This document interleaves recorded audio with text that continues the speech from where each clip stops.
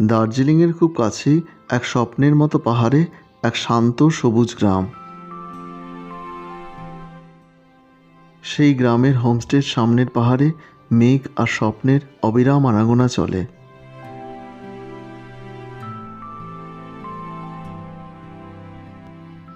সামনের পাহাড়সারির বুকে সিকিমের নামচি, চারধাম, নাথুলা সহ বিজনবাড়ি, মিম, মানেভঞ্জন ইত্যাদি পাহাড়ের অবস্থান।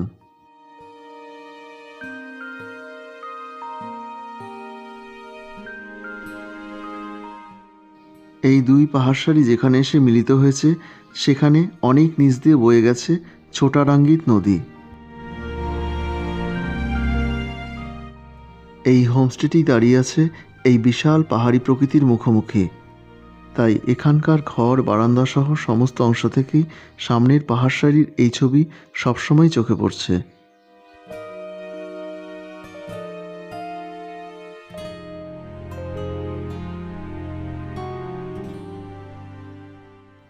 অক্টোবরের 3টে দিন আমার অবস্থান ছিল এই পাহাড়ের এই হোমস্টেতে। সেই সময় সামনের পাহাড়কে ভোর থেকে মাঝরাত পর্যন্ত কখনো কুয়াশায়, কখনো রোদের ঝিলিকে, কখনো ঝিরিঝিরি বা মুষলধারায় বৃষ্টিতে, আবার কখনো ছেঁড়া ছেঁড়া মেঘে ছুঁয়ে ছুঁয়ে যেতে দেখেছি। আমি ছিলাম এই ঘরে। এই ঘরের দুপাশের দেয়ালজোড়া বড় বড় কাচের জানলার পর্দা সরাতেই সামনের পাহাড়ের এই ঘোর লাগা ছবির মধ্যে এসে পড়তাম।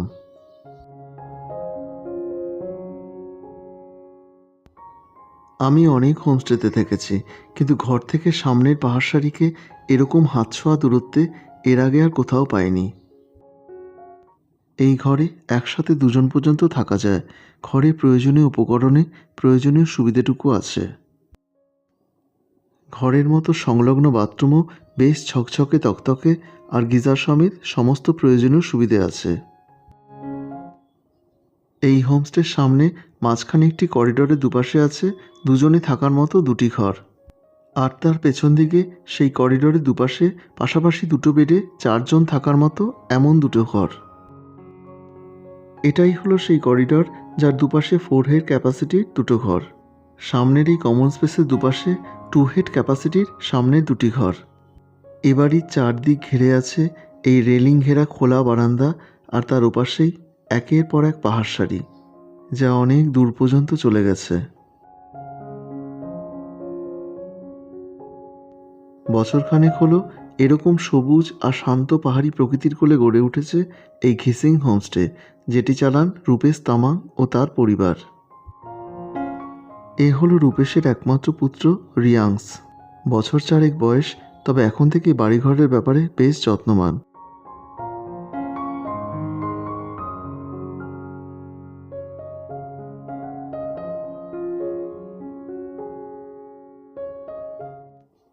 এ বাড়ির বাগানে বারান্দায় ভরে আছে নানান পাতাবাহারে, ফুলে ফলে, আর একপাশে সবজি খেতে নানান মরশুমি সবজিতে।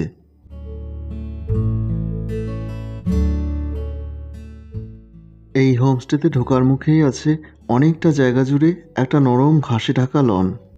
লনের একপাশে একটা খড়ে ছাওয়া বসার জায়গা, আরেক পাশে তৈরি হচ্ছে সম্পূর্ণ কাচে ঘেরা একটা ক্যাফে। তার পেছনের পাহাড়ে গভীর জঙ্গল, সবটাই এই হোমস্টের প্রপার্টির অন্তর্ভুক্ত।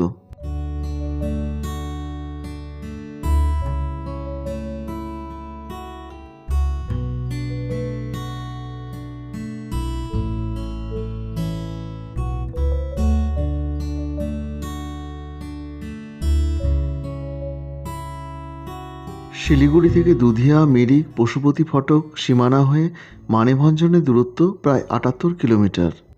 মানেভঞ্জন বাজার থেকে ডান হাতে প্রায় 1 থেকে 1.5 কিলোমিটার দূরে এক ঢালুপথ নেমে গেছে এই হোমস্টের কাছে।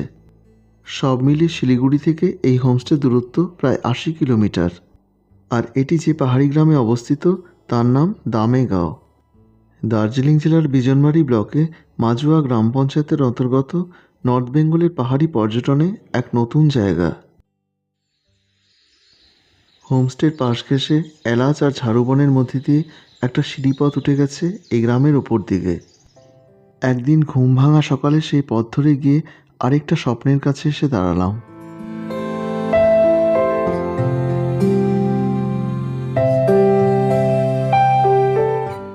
একটা ছোট্ট গুড়াস গাছে একটা দোলনা, দুটো পাহাড়ি বালিকা আর এই বাড়ির পোষ্য। এই গ্রামের আনাচে কানাচে এমন অনেক ছবি বোধহয় আমার জন্য অপেক্ষা করেছিল।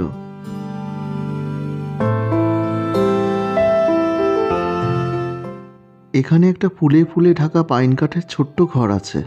হোমস্টেতে কোনো অতিথি এলে রূপেশজি আর তার স্ত্রী পাহাড়ের কয়েক ধাপ ওপরে ওনাদের নিজেদের ঘর ছেড়ে এই ঘরে এসে থাকেন।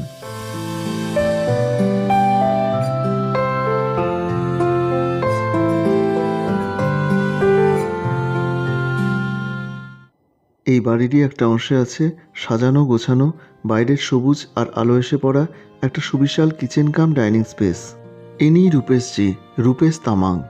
হাসি খুশি, ভদ্র এবং বিনয়ী। আদরে আর আপ্যায়নে উনি আর ওনার পরিবার কোথাও কোনো ত্রুটি রাখেননি।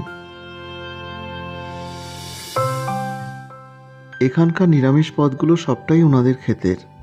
সবজি কাটা থেকে রান্না পরিবেশন সবটাই রূপেশজি আর ওনার স্ত্রী একসাথেই করতেন। আমি এখানে যে 3 দিন ছিলাম, ওনারা এক এক দিন এক এক রকম ঘরোয়া সুস্বাদু সব পদ রেঁধে যত্ন করে খাইয়েছিলেন। বাইরের প্রকৃতিও এই ঘরে চলে আসতো।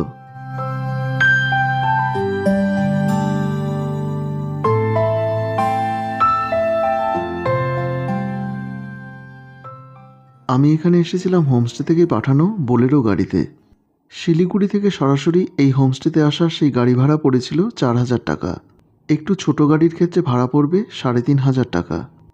শিলিগুড়ি থেকে মানেভঞ্জন পর্যন্ত রাস্তা বেশ ভালো, ছোট গাড়িতেও আসা যায়। তবে মানেভঞ্জন বাজার থেকে ডান দিকে যে 1.5 কিলোমিটার পথ এই হোমস্টে পর্যন্ত গেছে, তার জন্য বড় গাড়িই লাগবে। শেয়ার গাড়ির ক্ষেত্রে শিলিগুড়ি থেকে দার্জিলিং বা সুখিয়া এসে সেখান থেকে মানেভঞ্জন যাওয়ার অনেক গাড়ি আছে।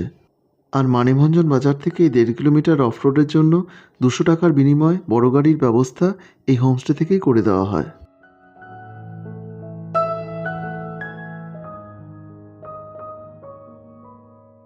নিচের রাস্তায় গাড়ি পার্ক করে এদের ক্ষেত খামারের মধ্যে দিয়ে কিছুটা চড়াই পথে হেঁটে এই হোমস্টের দোরগোড়ায় পৌঁছতে হয়।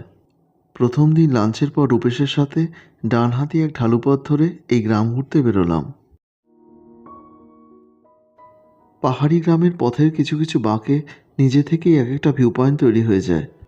এরকমই একটা জায়গায় এসে পড়লাম।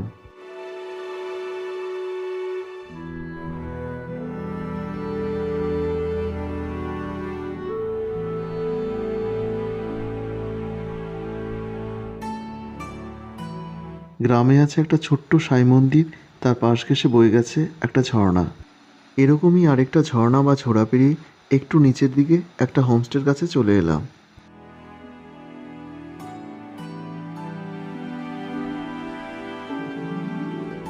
গ্রামে মোট 6টি হোমস্টে আছে। এই হোমস্টেটিও রূপেশ ভাইদের এক আত্মীয়ের। এক পাশে জড়ো করে রাখা আছে এদের ক্ষেত থেকে তুলে আনা টাটকা মূলো। এগুলো রাই শাক, দেয়ালের পাশ জুড়ে লাগানো হয়েছে।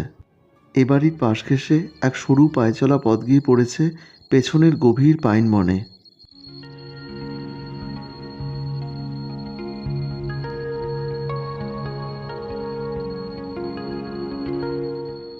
রূপেশ ভাই নিজে খুব ভালো বার্ড ওয়াচার। বার্ড ওয়াচিংয়ের ওপর তার আলাদা করে প্রশিক্ষণও আছে। এ পথে আর এই গ্রামে অনেক প্রজাতির পাখির দেখা পাওয়া যায়। কয়েকটি নতুন ধরনের পাখি দেখার সুযোগ আমারও হয়েছিল, তবে ক্যামেরায় ধরা গেল না। পাইন ফরেস্টের মধ্যে দিয়ে এক খাড়া পথ ধরে নেমে এলাম নিচের ছোটারঙ্গিত নদীর কাছে।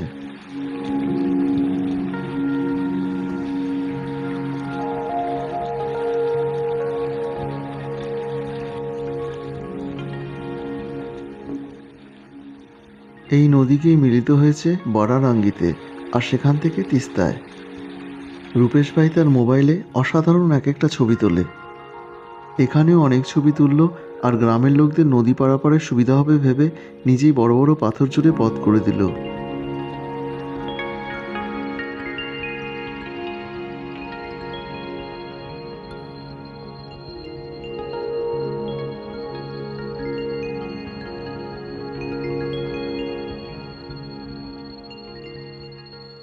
এরা চলেছেন এই গ্রামের আরও নিচের দিকে। মালপত্র বা সবজি তোলার গাড়িতেই স্থানীয় লোকদের এই প্রত্যন্ত পাহাড়ি গ্রামে এরকম যাতায়াত চলে।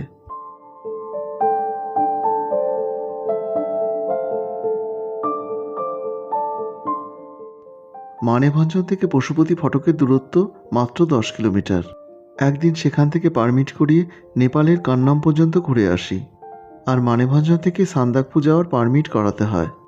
দ্বিতীয় দিন হাফ ডে ট্যুরে সান্দাকপুর পথে টুমলিং পর্যন্ত যাই। রূপেশ ভাই এই দুটো ট্যুরেরই ব্যবস্থা করে দিয়েছিল।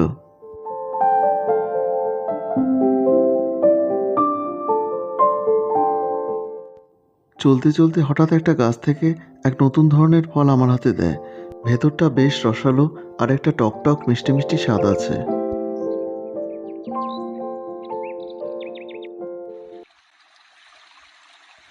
শরতের এই সময়ও পাহাড়ে বর্ষা জাঁকিয়ে বসেছিল, তাই মাঝে মাঝেই তার গা বেয়ে এরকম এক একটা ঝোড়া নেমে এসেছে। এমনই একটা ঝোড়ার পাশে একটা নতুন হোমস্টে তৈরি হচ্ছে। এটা রূপেশ ভাইয়ের এক বন্ধুর। হোমস্টের কাজ পুরোদমে চলছে, খুব তাড়াতাড়ি চালু হয়ে যাবে। একদিকে নেপাল, আরেকদিকে সিকিমের পাহাড়ি অবস্থানের এই জায়গার আশেপাশে ছড়িয়ে ছিটিয়ে আছে অসংখ্য জায়গা। এখান থেকে 1 কিলোমিটার দূরে মানেভঞ্জন, আর সেখান থেকে লেপচা জগৎ, সুখিয়া, ঘুম হয়ে দার্জিলিং শহরের দূরত্ব মাত্র 25 কিলোমিটার। আরেকদিকে চিত্রে গৈরিবাস হয়ে সান্দাকফু, দূরত্ব প্রায় 32 কিলোমিটার। মিরিক, পশুপতি আর সীমানার কথা তো আগেই বলেছি। এছাড়া মিম চা বাগান, পালমাজুয়া, মাঝিদুরা, বিজনবাড়িও খুব কাছে। এই গ্রামটিও বিজনবাড়ি ব্লকের অন্তর্ভুক্ত মাজুয়ার একটি গ্রাম।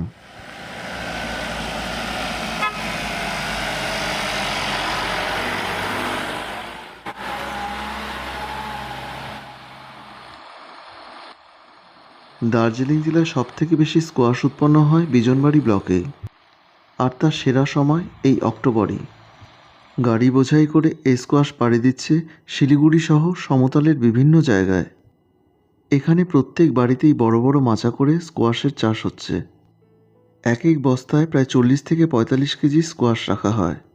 এরকম শয়ে শয়ে বস্তাবন্দি গাড়ি এসব ছোট ছোট গ্রামগুলো থেকে শহরের বিভিন্ন জায়গায় পাড়ি দিচ্ছে।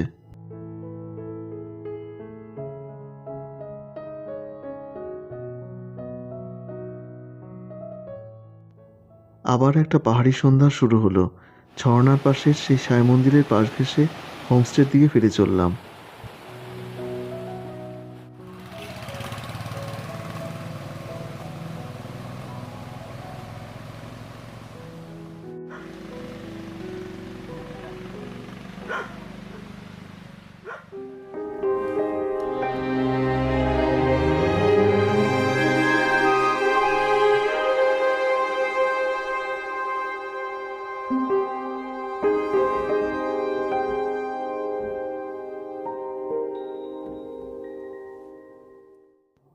সন্ধ্যায় এই হোমস্টে সর্বত্র জুড়ে শুরু হতো রঙের খেলা।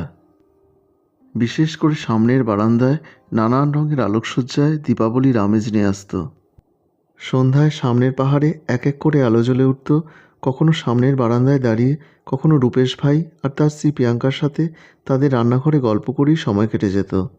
অক্টোবরের পাহাড়, একটা শীত শীত ভাব থাকেই, তার মধ্যে মাঝে মাঝেই বৃষ্টি হচ্ছে, তাই সন্ধ্যা থেকে শুরু হতো একটা কনকনে হাওয়া। এই পরিবেশে জমাটি আড্ডার সাথে চা সহযোগে পেঁয়াজের পকোড়া বেশ জমে উঠত।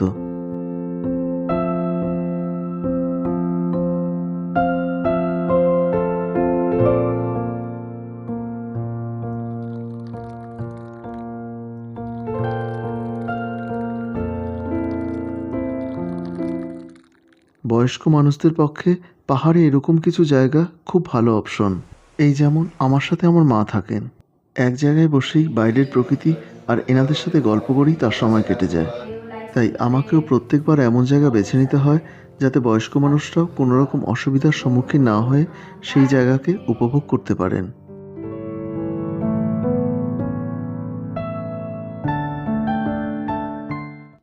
ডাইনিং স্পেসের দেয়াল জুড়ে এই হোমস্টে সম্পর্কিত অনেক রকম শংসাপত্র বাঁধিয়ে রাখা আছে। এখানে থাকা ও খাওয়ার দৈনিক জনপ্রতি খরচ 1200 টাকা।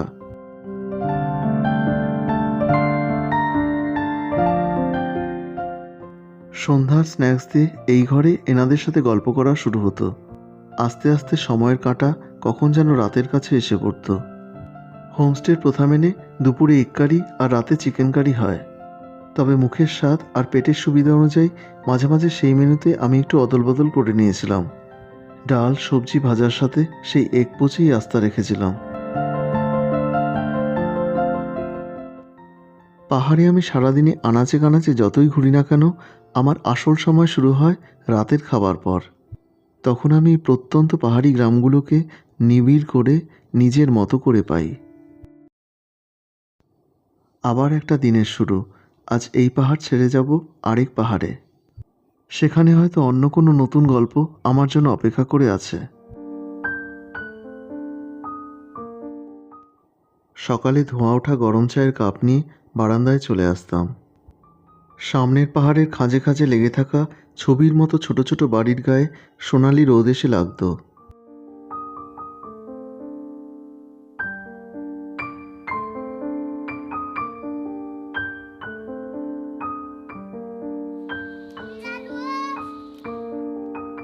এই দুই পাহাড়ি শিশুর মধ্যে একটা স্বাভাবিক সখ্য মাঝে মাঝেই চোখে পড়ত। একদিন রিয়াংস তার এক বন্ধুকে আমাদের সাথে আলাপ করাবে বলে নিয়ে এলো। পাশেই থাকে, তবে সে আবার একটু লাজুক প্রকৃতির।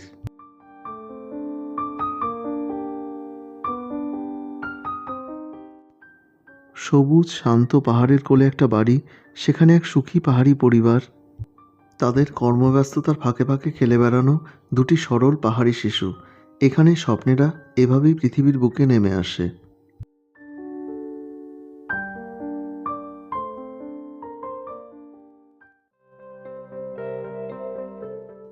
ইনি রূপেশ ভাইয়ের মা।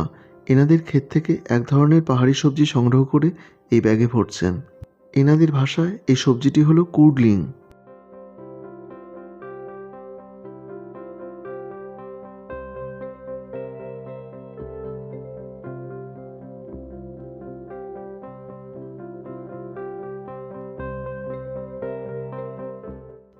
আমি কখনো এ বাড়ির বাগান থেকে, কখনো বারান্দা থেকে, কখনো খাওয়ার ঘর থেকে, আবার কখনো আমার ঘর থেকে সামনের পাহাড়কে দু চোখ ভরে দেখেছি, দুহাত ভরে পেয়েছি।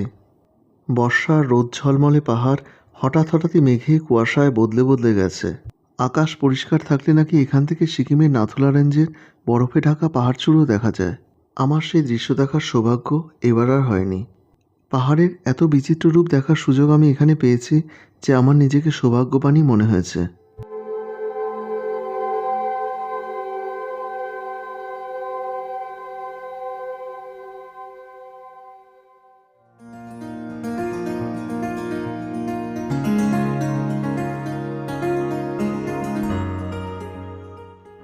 রূপেশ ভাইদের পদবি হলো তামাং, রূপেশ তামাং।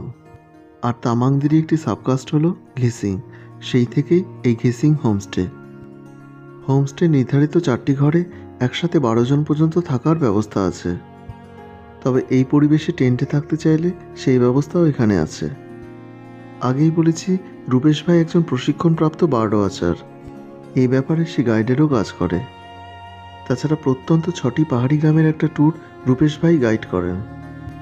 সেই পথে পড়ে একাধিক জঙ্গল, ঝর্ণা, নদী আর একেবারে সাবেকি ধাঁচের পাহাড়ি বাড়িঘরের গ্রাম। পরের বারের জন্য সেই পর্ব তোলা রইল। আমি এখানে এই পাহাড়ি গ্রাম আর এই হোমস্টেকে ঘিরে আমার ব্যক্তিগত অভিজ্ঞতাটুকুই তুলে ধরলাম। আর সেই সূত্রে মাজুয়ার এই দামেগাঁও, ঘিসিং হোমস্টে আর রূপেশ ভাইয়ের পরিবার আমার মনের কাছে সবসময় থেকে যাবে।